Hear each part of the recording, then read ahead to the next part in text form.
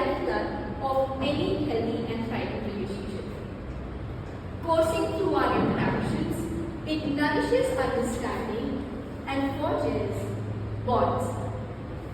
Now, whether it is about our friends and family at home, our colleagues at work, or people beyond, communication, my dear fellow communicators, is the very essence of human connection. When I first got to know about this project and figured out I had to take an assessment to understand my dominant style of communication, I had absolutely no clue on what to expect of the other side.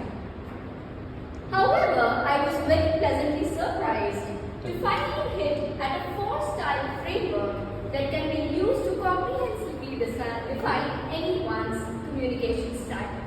The styles included direct, supportive, analytical, and initiative. A direct style is one which is very results-oriented. People are confident. People are very specific and decisive around it. Someone's supportive style means that they are very amicable, they are friendly, they are keen to create a very supportive environment for people around them in how they communicate. The analytical style, as the name suggests, is a style where people are very logical, very specific, and they go to the root of the issue or situation as they are talking through things. And lastly, the initiating style of communication is where people are interested in going out, initiating interactions, they're spontaneous, they're fun-loving, and the environment is all very amicable. Now, let me try to explain or give you a sense of how this comes in action through my experiences at work. So, circa 2019, almost 5 years back, more than 5 years back, when I started my job in this new role, it was my first time in consulting.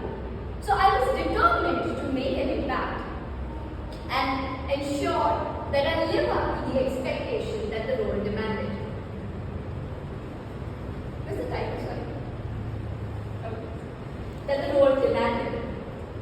And so, I was very decisive, I was very results-oriented, I ensured that I project confidence in whatever I do. Now, this went down very well with the presentations I delivered at work.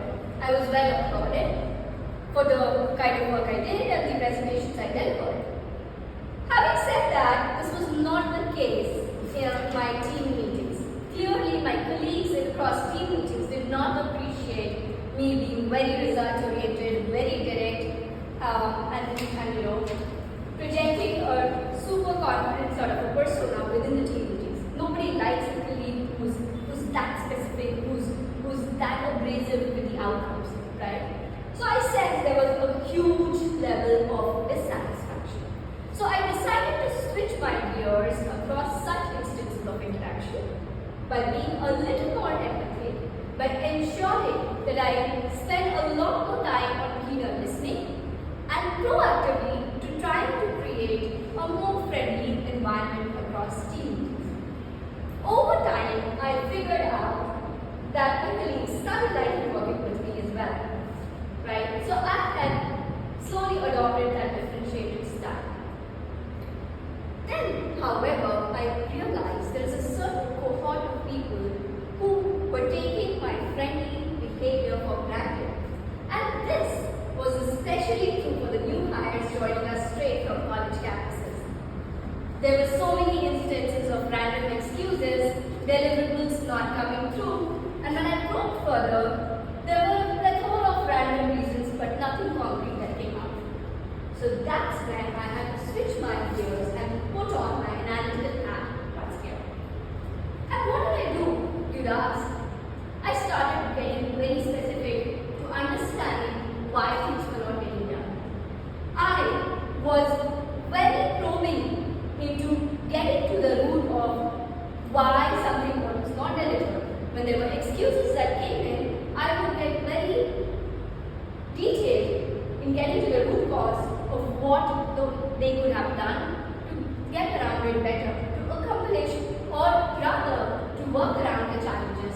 came their way. And no surprises, it started working. So the new hires came around and they figured out that they cannot love me anymore and not take my friendliness for granted. So the elaborate hat helped me in that instance. Now, if I take a step back and look at a much broader picture, it's no surprise to learn that in the longer run, it's really about how well we forge human connections, how fun-loving, how connected, how initiating with the people around us that can drive the amount of things we can achieve in our life, right? How many of you remember someone in your close circles, whether at work or in your personal life, who's that fun-loving, enthusiastic individual, always up to get people together, either for a party or maybe a Toastmasters meeting or something else to put them together, and just is someone who's always remembered very fondly within the group. Anyone? Everyone, right? Almost all of us, we love that person, right? And so it is important to cultivate that initiating style in this world, the way it is set up. For me, luckily, that has been the dominant style in the recent past, which I have also cultivated over time, right? And so my challenge is really to be able to don those other three hats as and when the situations demand. Now, the key lessons that I want you all to take away from my experience is that in this world, day in and day out, we are dealing with a plethora of expectations for us. And so, what is important for us is to be very sensitive of the environment around us and tailor our style of communication just to how and what the situation demands. Let us resolve to enter this arena of communication with an open heart, and instead of harping on our dominant styles, be empathetic to the needs of the situation that demand us to don different hats as and when the people and the situations around us demand. And with that, drive